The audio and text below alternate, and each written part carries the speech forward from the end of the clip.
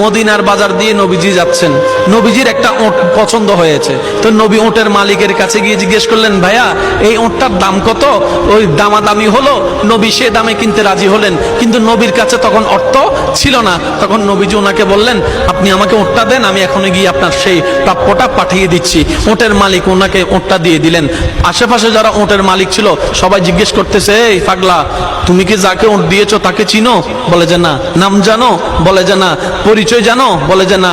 ঠিকানা জানো? না। তো তুমি যে ওটটা দিয়ে দিলা, উনি যদি ওটের টাকাটা না ফাটায় তখন তো তুমি লসের মধ্যে চলে যাবা। সে ওটের মালিক বলে, এত সুন্দর নুরানি চেহারাওয়ালা কখনো বাটপার হতে পারে না, কখনো চিটার হতে পারে না, কখনো মিথ্যুক হতে পারে না। ওনার চেহারা দেখেই তো আমি ওট বিক্রি করার আগে মনটাই বিক্রি করে দিয়েছি, মনটাই বিক্রি করে দিয়েছি, মনটাই বিক্রি করে দিয়েছি। তোমরা যাই বলো, আমার মন বলে উনি আসবেই আসবে, টাকাটা পাঠাবে পাঠাবে।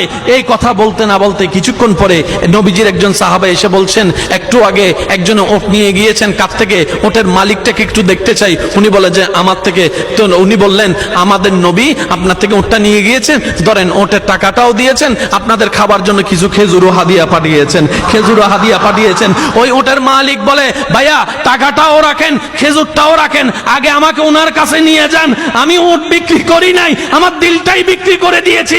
ওনার চেহারা মোবারক দেখে আমার মনটাই পাল্টাই গিয়েছে, আমি কালিমা পড়ে মুসলমান হয়ে যেতে রাজি আছি। সুবহানাল্লাহ।